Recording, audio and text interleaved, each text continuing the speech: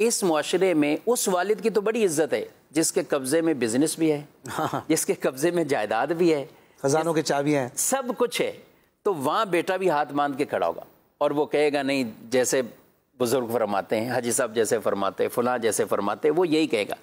लेकिन जो वालिद गुर्बत में हैं या उन्होंने गुर्बत में, हम कह देते हैं उनको, लेकिन वो पता नहीं किस तरह मुशक्क़तें झील झल कर अपने बेटों को यहाँ तक पहुँचा दिया, और बेटे को कोई मनसब मिलता है, ओहदा मिलता है, तो उस वक्त ये वालिद और का ये एक वाहिद मैं कहूँगा रिश्ता है कि जिसके दिल में कभी हसद नहीं आता, उसके दिल में और दुआएं निकलती हैं।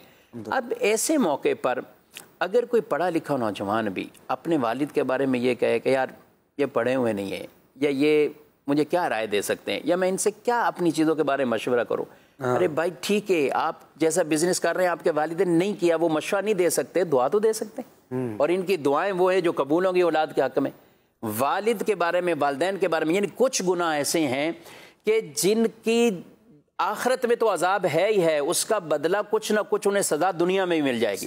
और उन गुनाहों में से माँ बाप की नाफरमानी और माँ बाप को सताना, और कुछ नेकियां ऐसी हैं कि आखिरत में तो जजा मिलेगी, दुनिया में अल्लाह उसका बदल अता फरमाता है, और उनके अंदर माँ बाप के अंदर इज्जत एहतराम है।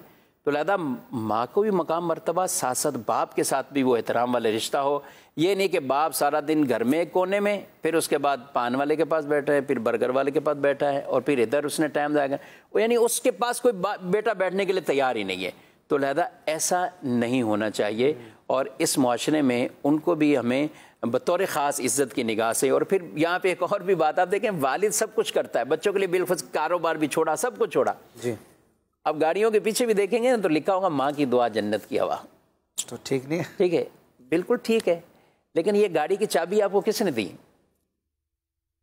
ठीक है, ये गाड़ी तो आपने पहुंचाया किसने? ये इस मनसब तक लेके कौन गया? भाई कुछ तो हम कह रहे हैं शुक्रिया अदा करने का, तो बाप का भी शुक्रिया अदा कर दो भाई, माँ बाप की दुआ कर दो, इसकी जगह ये कर लो। आज जिसके ऊपर वालिद ने सख्ती की हो या किसी उस्ताद ने सख्ती की हो, और वो आज किसी मनसब पर पहुंच गया उस सख्ती की वजह से, बज़ाहिर उस वक्त उसे बुरा लग रहा होता है, लेकिन आज वो उस सख्ती में भी उनको दुआएं दे रहा होता है। और जो औलादें बिगड़ चुकी होती हैं वो आज माँ बाप की उन नरमियों को बसा वक़्त कोस रहे होते हैं कि हमसे, हमारे साथ क्यों ऐसा किया, हमारे साथ इन्होंने ऐसा किया और हम ये नहीं कर पाए। थोड़ा सा बात का धक्का लगाना होता है, तो वो जो धक्का लगता है ना ज़िंदगी को, या सख्ती का लगे या कुछ ऐसा भी लगे, तो वो कई आगे ठोकरों से बचा लेता है। तो ये धक्का जो इस तरह कोई लग रहा हो ना, क्या बात है, तो ये ले लेना चाहिए, और इसको हमारे भले के लिए होता है। इसके लिए आगे बढ़े, आपके लिए रास्ते खुल जाएंगे, और आपके लिए एक अजीम आगे जो है वो अच्छे अल्लाह पाक आपको इनाम देगा।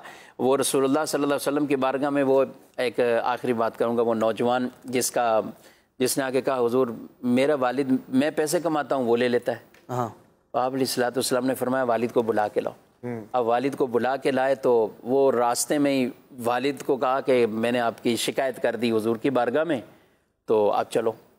अब वो जा रहे हैं और इतनी दिल में परेशानी, कितनी कैफियत, और दिल ही दिल में ना कुछ अशार गुनगुना रहे हैं कि जब ये छोटा था मैं मजबूत था, ये पैदा हुआ तो मैंने खुशी की, मैं दिन भर मेहनत करता धूप के अंदर, इसको पालता, यहाँ तक कि मेरी हड्डियाँ कमज़ोर हो गई, इसकी हड्डियाँ जवान, और ये जिस्म भी इसका तवाना हो गया। अब मैं मोहताज हो गया और ये कमाने पे आ गया, और मैंने चंद सिक्के क्या लिए कि इसने मेरी शिकायत लगा दी। यानी ये बातें सोचता जा रहा है। अब वो बूढ़ा जब शख्स वहाँ हुजूर की बारगाह में पहुँचा तो पहले जिब्रील आ गए, या रसूलुल्लाह सल्लल्लाहु अलैहि वसल्लम इस वालिद से पूछिए तो सही कि रास्ते में क्या शेर पढ़ता हुआ रहा है, ये रास्ते में क्या कहता हुआ आ रहा है। तो जब उन्होंने वो बातें अपनी उस जज्बात में, और वो बिलखुसूस अरबी अशार हैं, उनके अंदर अपना जज्बात हैं, और फिर एक वालिद सुना रहा हो और अपने दर्द वाली कैफियत के साथ उसे बयान कर रहा हो, नबी पाक इस्लाम की आंखों में से आंसू आ गए।